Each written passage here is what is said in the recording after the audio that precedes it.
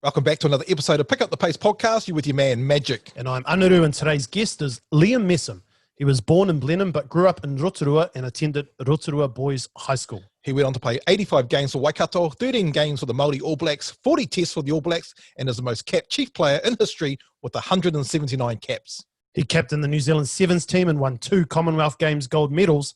He won a Rugby World Cup in 2015, an NPC title with Waikato, co-captained the Chiefs to back-to-back Super Rugby titles, and captained the Moldy Blacks. He has played for the Toshiba Brave Lupus team in Japan and for Toulon in France, and he has now returned to New Zealand. No mai, haere mai, and welcome to Pick Up the Pace podcast, Liam Messam. Cheers, brothers. How's it been back in New Zealand there, bro? Yeah, it's been awesome, bro. It's good to get the fresh air of New Zealand, bro. And just to spend time with the kids, bro, to be honest. It's the biggest thing I was missing when I was in France was the whānau. So just to go out there and kick a soccer ball with my oldest and do some wrestling moves with my young fella. It's been good for the heart, bro. Excellent. Hey, Liam, you were born in Blenheim but moved to Rotorua at a very young age. Can you share your story of your unique upbringing in Rotorua? Yeah, no. So at the age of 6 weeks, I think it was, I got adopted to the Messam whānau down in Rotorua. Obviously we're in Hamilton now, but so got to come from a family of 8, which 5 of us are adopted.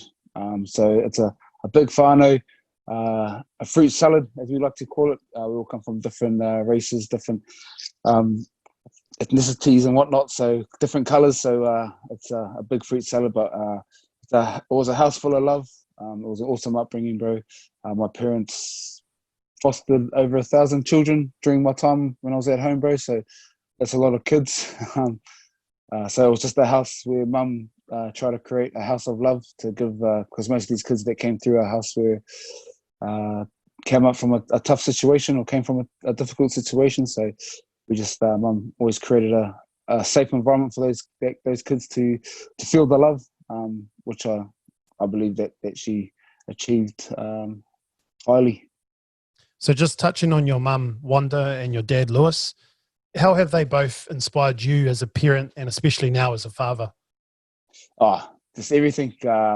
As you guys will know, being parents, you just learn from your parents, I guess. And like I said, it was a house full of love. So that's why I just try and rub off onto my children. And it's not just my children that it's rubbed off on. It's people in the community and people everywhere, I guess, and who I am as a person.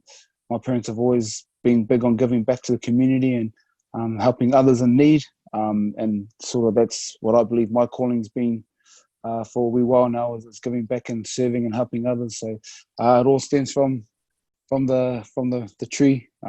As I said, the apple don't fall far from the tree. So I've just literally just got a little rubbing of their love, and I'm trying to do my part. Hey, we heard you played a lot of soccer football as a young fella, and your younger brother Sam ended up playing for the All Blacks at the Olympics. So at what point did you switch to rugby? Well, to be fair, bro, I probably was better than him at football and probably could have made that Olympic team too. I'll probably be sitting here doing this podcast in Barcelona playing with Messi. No, but the old man's from England, so all us kids grew up playing football. And obviously I was a bit big playing soccer. And just one day at intermediate, I think, what's that? I don't know what year that is. I think it's around age 11 or 12. My mates from school picked me up and took me to club rugby, their training one day, and then that was it.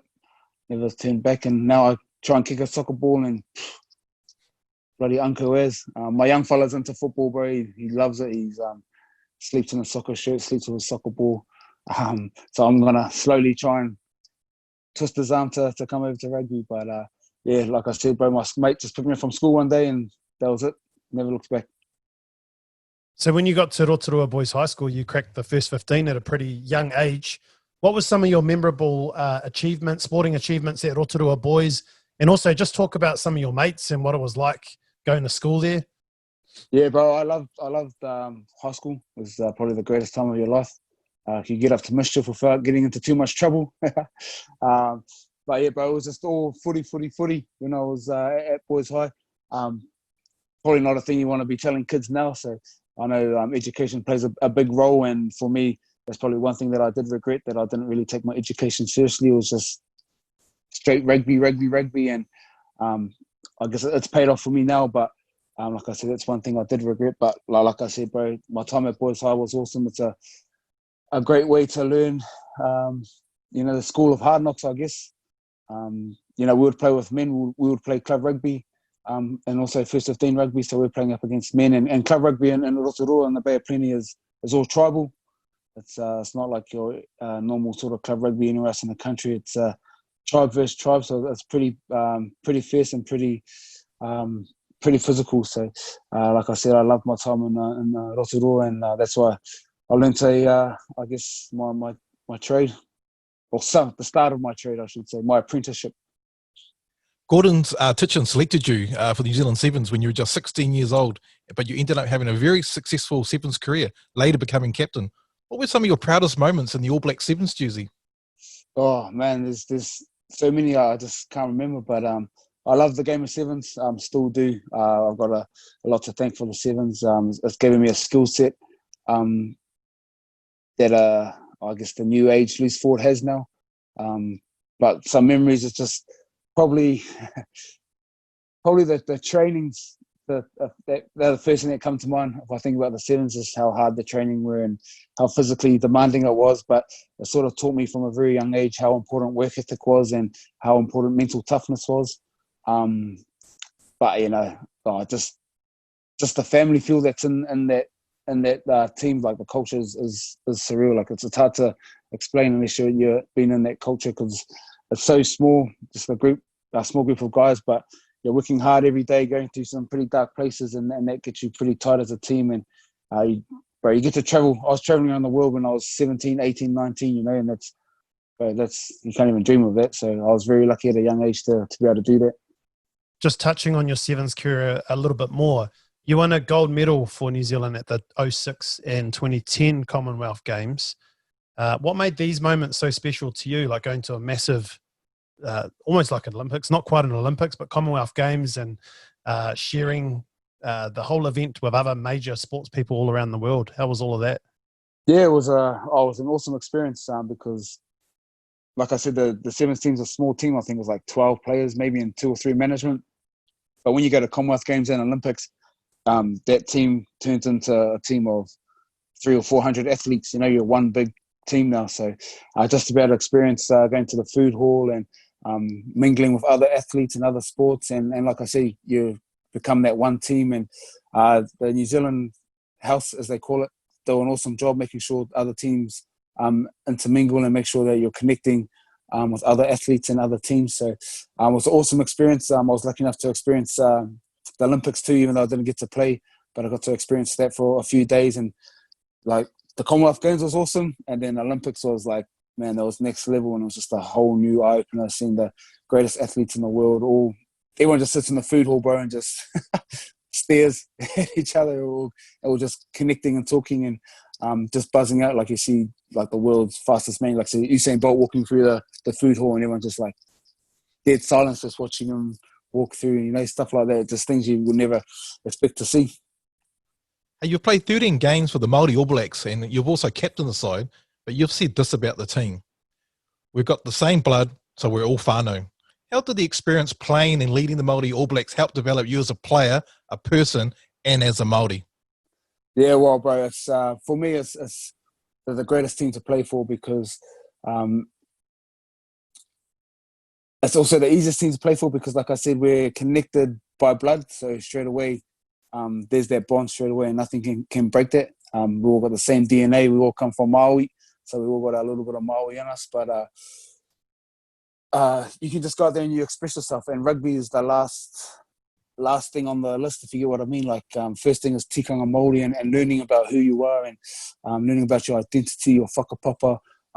There's so many guys in that team that like don't know their whakapapa or don't know their pepeha. So the first thing you got to do when you come into the team is you got to stand up in front of the team and say your pepeha. And if you don't know it, or if you read it off a bit of paper, the kaumato's like, kaumato whitu's like, nah, go back. And then you got to make sure that you can stand up in front of the team, say it off by heart, come from the heart, knowing who you are and where you come from and where your whānau comes from, because at the end of the day, you're representing your whānau, your iwi, your tribe, and you're going out there. And like I said, rugby's the last thing. So the boys learn about everything about tikanga Māori, waiata, karakia, the food.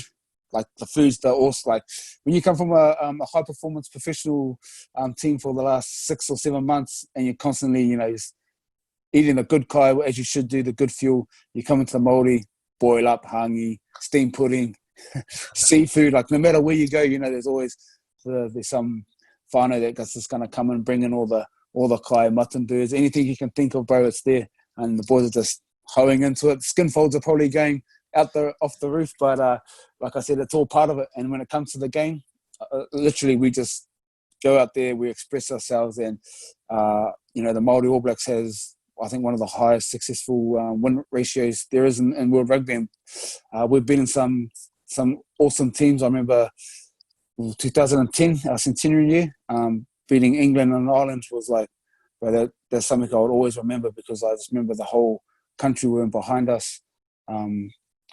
We're doing it for not just New Zealand people, we're doing it for our people. And you can just see our boys inspiring the next group of young Māori to be proud to be Māori and be proud to put on that fern and represent that Māori jersey.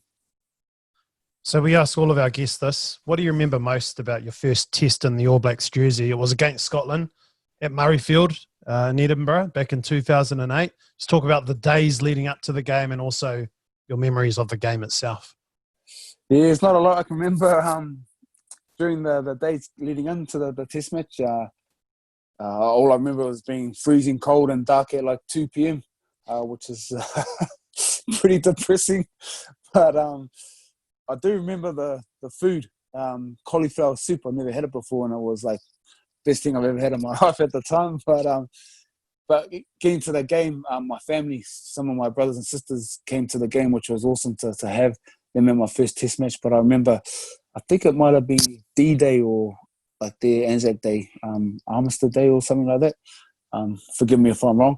But I remember the whole stadium went pitch black, and then there's a lone bagpipe guy at the end of the stadium on top of the roof and just playing the bagpipes, and just like the goosebumps and like that sort of eerie feeling where I was just like, what the heck is this? You know, and I was just like freaking out. And then the whole time in my head, I was like, please don't stuff up the haka. Please don't stuff up the haka. Like I played for the Māori All Blacks. I come from Vegas. So that's, you know, we're brought up doing haka, and all I can remember is like, don't stuff up the haka. Don't stuff up the haka. Got through the haka, and then to be honest, bro, it was the quickest 80 minutes of my life. It just went like that, and I can't really remember too much of the game. Made my tackles, made a few ball carries, and it was all over just like that. Hey, from 2008 to 2011, you only played 6 tests for the All Blacks and narrowly missed out on the selection for the 2011 Rugby World Cup squad. What were some of the strategies that you used to motivate and overcome some of these selection setbacks early in your All Blacks career? No, so I've had I've had a lot of struggle throughout my career, and a lot of setbacks that people may not know or do know. But you know, the old man always used to tell me, you know, God always has a bigger plan for you. You know, Dad's not a super religious guy, but I always just had to believe in that and have faith in what he was saying, and just trust what he said, and just knew that there was a better path for me, or there's something that's going to be better for me at the other end of it if I just get through the struggle street. So you have to take it on the chin. I also remember Eric Rush always used to say it's only one man's opinion. The next man's opinion might like you, but in 2011 that one man's opinion was pretty important. But yeah, I just always remember the old man always saying that whatever disappointment happened, even at high school, he would always say, you know, there's a better plan for you. And I just had to fully believe that, trust it, take it on the chin, put my head down, and just keep working hard for the next road ahead. And from 2012 to 2015, you played 34 tests and eventually established yourself as a regular starter. So looking back at your All Blacks career, what were some of your most, what were some moments that sort of stood out for you the most when you played for the All Blacks? Probably there's a couple. 2009 or 10, I think it was, the game versus France in Dunedin. We lost, and it was probably the worst game I ever played in All Black jersey, and that was also went downhill from there. But I just remember it because that was my worst game. But I also remember that I would promise myself I'll never ever play like that again in an All Black jersey. I got some awesome learnings, and awesome growth from that game. At the time, I didn't see it as that. I was like, I was sort of ridiculed out to the media, and it was all my fault, this and that. And to be fair, I played like shit. That's just how it was. But like I said, I learned from that. I grew from that, and I promised myself I'll never play a game like that again in an All Black jersey. So that one really sticks out because that's the one that sort of hurt the most, but sort of I learned the most out of it as well.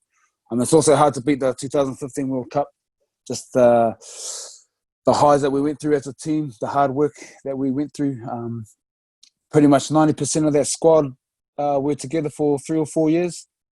So we created this real close bond with each other, went through a lot of hard work with each other. Because one thing about doing hard work with each other, you get real close as a team, and I experienced that with the Sevens. So we done a lot of hard work with the All Black boys. And yeah, just to see all that hard work come off at the end, and it was a whole squad effort. It wasn't just the 23 or the 15 they were playing week in, week out. It was a whole squad effort. All the boys putting in the effort to make sure that our brothers were successful come game day. You were co-captain of the Chiefs with Craig Clark back in 2012 and 2013 when you won back-to-back championships. How would you describe your leadership style, and what made the co-captain model so successful at the Chiefs? Yeah, the co-captain scenario, the Chiefs worked really well because me and Weka, Craig, were total opposites. Craig is very methodical, takes a very long time to answer a question, thinks about things before he speaks, where I'm the total opposite. I just say whatever's on my heart and I'll just say it. And I can get quite passionate and quite emotional, which is good sometimes, but then it's also good to have the other side of it. So me and Craig just balance each other out so well. Weka was really good at talking at referees too at game time, and he had, like I said, he's got a real calming voice. So he would be, he could calm the situation with the ref, where sometimes I'll be like, "Oh, ref," and sometimes that's not good for your team when you sort of speak to refs like that. So I learned a lot being co-captain with Craig, and I learned how to control my emotions and control my voice and sort of read the situation or read the room and have a sort of calming influence when I needed it. And I think I've done the same with Weka. I think he sort of got a bit more passion and a bit more emotion come his way with the boys. But with being co-captains, we had an awesome leadership group those 2 years. We had 6 or 7 blokes that could be captain. Like a captain just flips the coin at the start of the game and speaks to the media. That's how we saw it. We had 6 or 7 captains out there doing, like I said, doing what we needed to do to make sure that we were successful. After being a part of the successful 2015 World Cup team, you then moved over to Japan to play for the Toshiba Brave Lupus, and then over to France to play for Toulon. After another brief stint back here in New Zealand, how would you describe your experience living and playing in Japan and France, and how does it compare to playing in New Zealand? Oh, bro, to be honest, it was awesome. It was a real eye-opener. I remember when wasn't a young fella, but I remember someone talking to us about getting stuck in that New Zealand bubble. And you're like, you sort of roll your eyes like, yeah, whatever. Like I said, don't get caught in New Zealand bubble. But it wasn't until I moved out to Japan for the first time leaving New Zealand and my eyes just opened up to the whole world and just like, there's a whole new world out here apart from Hamilton. So it's a bit different from Hamilton City Lights to Tokyo City Lights, let me tell you that. But I love my time in Tokyo. The people, the food, the culture, everything about it. The boys at Toshiba are really welcoming. The thing I loved about Japan was that I was playing there with some of my best mates that I've played with since I was 18, 19 at Waikato with Richard Kahui, Stephen Donald, Tanero Latimer was there, Stephen Bates was there, and I was lucky enough that Corey Jane came as well, so I played a lot of rugby with him in the All Blacks and created a real strong relationship with Michael Leach, who's like pretty much God in Japan. If people don't know who Michael Leach is, like that poor bloke can't go anywhere in Japan. Like he has to wear a turban, he has to disguise himself as an Indian in Japan, which isn't probably the smartest idea because I don't think there's a lot of Indians walking around in Tokyo. But like I said, it was an awesome time. And then obviously I went to France, and then again, it just my whole eyes of the world just opened up even more because Europe is a massive, massive place with so much history, so much culture, so much to learn. and some beautiful parts of the world that I thought I'll never ever see. Like I would sit at home, like in Toulon, I was living right on the Mediterranean, so I was just like every day I would sit out, have my tea or have lunch or breakfast, and just look out on the Mediterranean, and go like just pinch myself. But I'll be like, what am I doing here? You know, like I just couldn't believe it. And the food in France, like I thought the food in Japan was the best food I'll ever have in my life. When I got to France, I was just like, watch out, skin folds. I had to check my weight every day to make sure I wasn't getting over 110. So like the baguette, the humble bakery, like you never ever experienced a bakery like you will if you go to France. I think the World Cup's there in 2023. So you're listening to this podcast and you go to France, you need the first stop you need to go to is a patisserie and get yourself a baguette, a eclair, a millefeuille, croissant, plain everything, and just go for it. And I promise you, you will not be disappointed. So, like the culture, like I said, culture, lifestyle, nothing beats it. Like I think the French live the best lifestyle there is. They sort of work for pleasure. They don't work for money, if that makes sense. Especially in the south where I was living, it's all about family and lifestyle, and just working, I guess, for the sake of working. But footy-wise is a lot different. The pace of the game here in New Zealand is a lot quicker, and I guess the skill level with most players here is at a real high level. At France, it's very physically demanding and challenging, because like I'm a sort of a big guy here in New Zealand, but in France I was the smallest in our forward pack. We had massive blokes running around over 2 meters tall, 120 clicks. So week in, week out, you're smashing each other for 40 odd games. That can take a toll on you physically and mentally to get up week in, week out.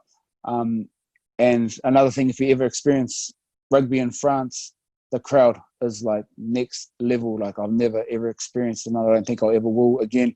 Like I've played in Twickenham, sold out. I've played at Ellis Park, sold out for the All Blacks, but playing in a small 10, 15,000 seat stadium in France with fans throwing off flares, the band playing, whistling, cheering is just like, man, it's an unbelievable experience, and something I'll always remember. So it's a whole sort of package in France when you're there. Like I said, I love my time there, but unfortunately, because of the coronavirus and whatnot, my time got cut short. But as they say in France, c'est la vie, that's life. So we just move on. You've had one professional boxing match winning against Aussie Reece Sullivan back in 2015. Anthony Mundine helped you train for the bout.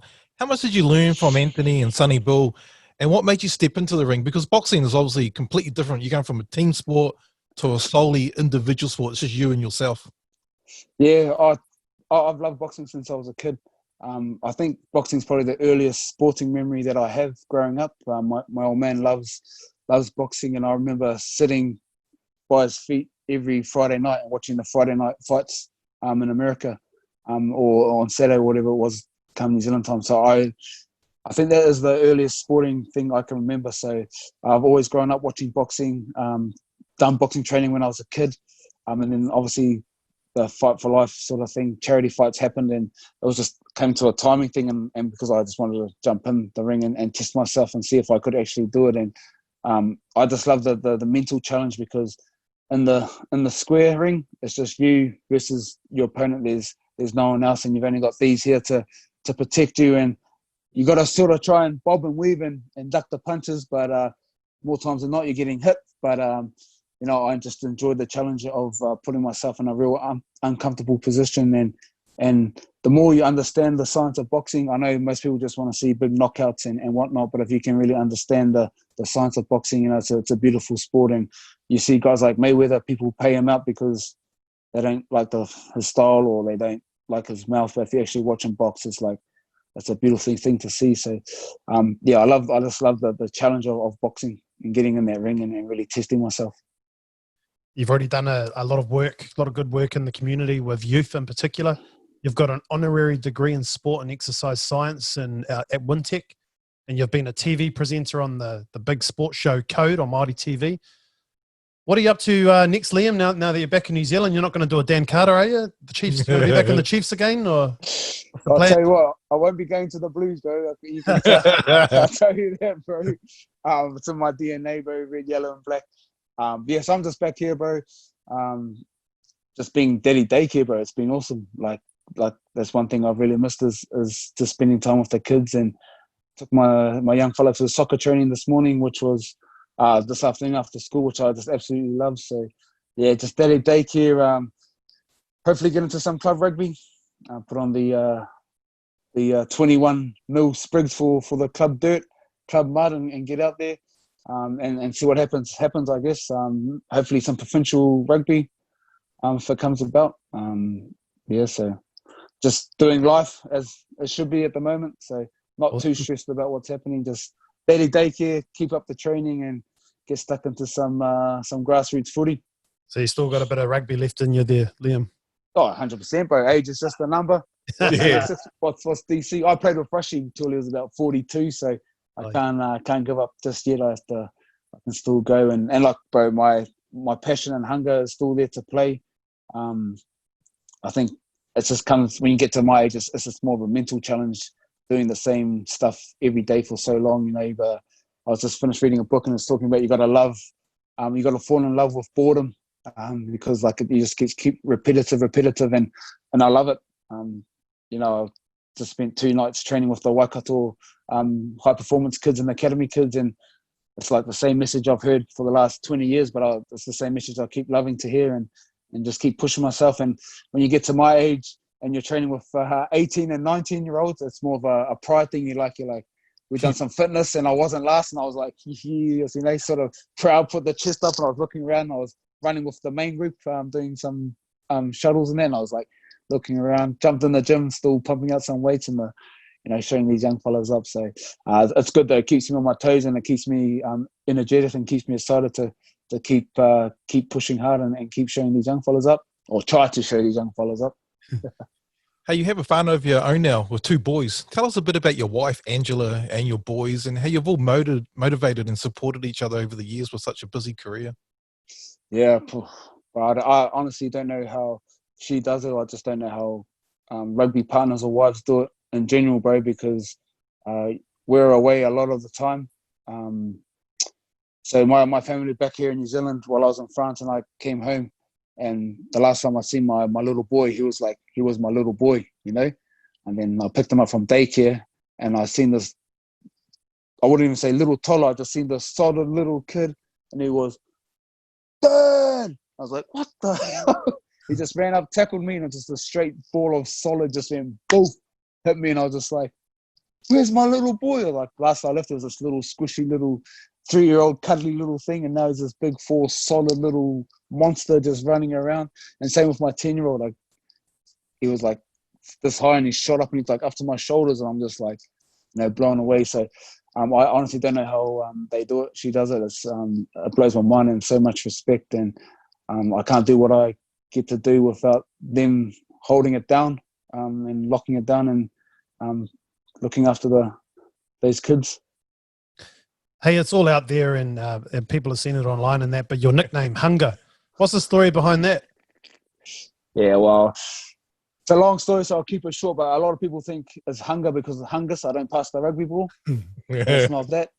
But hunger because I always want to try and get the ball, but it's I'm really strict on the way I eat and the way I look after myself, so I used to eat boiled chicken and broccoli. Like, 1, that's disgusting if you think about it. And 2, I had no knowledge of food back then, so I just ate it. Lost a lot of weight doing it though, so it was good for me. Anyway, I went to the Waikato boys when I first moved up here. I was only a young fella, and a bunch of older players looked after me. Keith Lewin was one of them. I lived at his house, and he took me out to dinner with lunch with the older players, and we went to some sloppy like Chinese restaurant. And if you guys know who Keith Lewin is, his nickname's Sumo, and his ass is like, that's the screen, probably that big or maybe even bigger. So it's probably not a good person to be a role model with. But they took me to the restaurant and just ordered all the sloppy, greasy, and I never had grease in that for like 3-4 years. So I was just like looking at it, and they asked me if I was hungry. I was like, no, I'm good. We were there for about 3 or so hours. Anyway, I was starving, my guts was rumbling. I was just like looking at the food, and I almost broke. It's like, I'm pretty proud of, like, never try to break with anything. And I almost went for the chicken yao ming, and I was just like, Nah. So anyway, got home. First thing I did when I got home was make a protein shake and boil some chicken. And Simo walked in the house and goes, "What the F are you doing?" He goes, "Oh, yeah, your nickname is it was Hungry. Your nickname's Hungry." So that sort of just filtered through the team, and he told the story, and they couldn't believe it. And then my island brothers, Sidavini Sivivatu, couldn't say hungry. He keeps saying hunger. Obviously coming straight from Fiji. So it went from hungry to hunger because my island brothers couldn't pronounce hungry, the full thing. It all makes sense now. I was just looking back at this interview and at this podcast. We've gone from baguettes, cauliflower, boil up.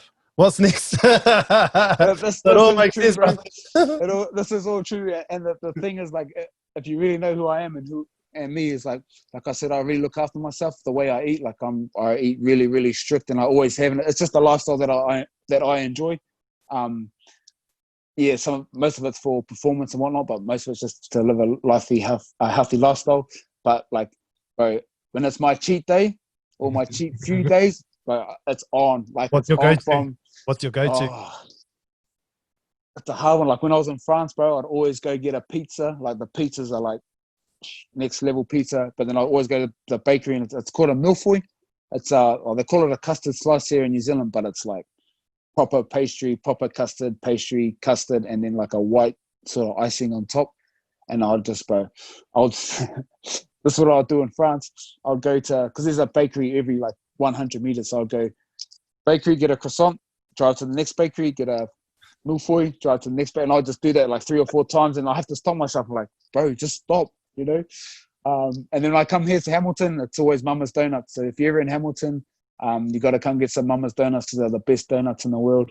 And just a classic burger from Burgerfield or something, bro. So when I go, I don't stop. But the thing is, when I do stop, I can go straight back to boiled broccoli and chicken. Oh, man, you're making me hungry now, bro. Yeah. Hey, Liam, before we wrap up the podcast, we've got a bit of a challenge for you. It's called Pick Up the Pace Challenge. So we're going to ask one topic. Into that one topic, you've got 10 seconds to give us 9 answers. So if we said name 9 countries of the world, you'd say New Zealand, United States, Russia, things like that. So we're going to flip this question a little bit. It'll give you a little bit of a clue. It's got something to do with sports, if that helps. Yeah. Alrighty. Got the timer, bro? Yeah, I got it. Okay, 10 seconds. 9. You got to answer 9 to one topic. Here we go. Liam Messam from Rotorua, name for me in 10 seconds 9 NRL teams. Go. Warriors, Cowboys, Broncos, Roosters, Sharks, Dragons, Souths, Parramatta. Oh, one more. Manly Eagles. Oh! The last second. You got it like 9.5 seconds. You got it. You got it. But you've done 9 in like 7 seconds. Yeah, I know. I was just I'm a big NRL fan, bro. I'm a big NRL Oh, man. Nice. I must have, but I don't think you're going to get that. You had 0.5 of a second to go. Yeah, no. I'm a big Warriors, bro. Day one. Yeah. I've kept the faith ever since, bro, and keeping it. Shot, brother, shot. That's the one. Anyway, ngā mihi nui kia koe e hoa no te rohe o ngai tūhoi. No reira, ngā mihi nui kia koe me tō whānau. No mai hoki mai ki Aotearoa, hoki mai ki te taha i tō whānau, tō wahine me o tama erua. No reira, Liam, thank you so much for joining us here at the Pick Up the Pace podcast. Thank you so much and take care. And maybe we'll see you back on the paddock again soon. Kia ora, brothers. Kia ora, bro.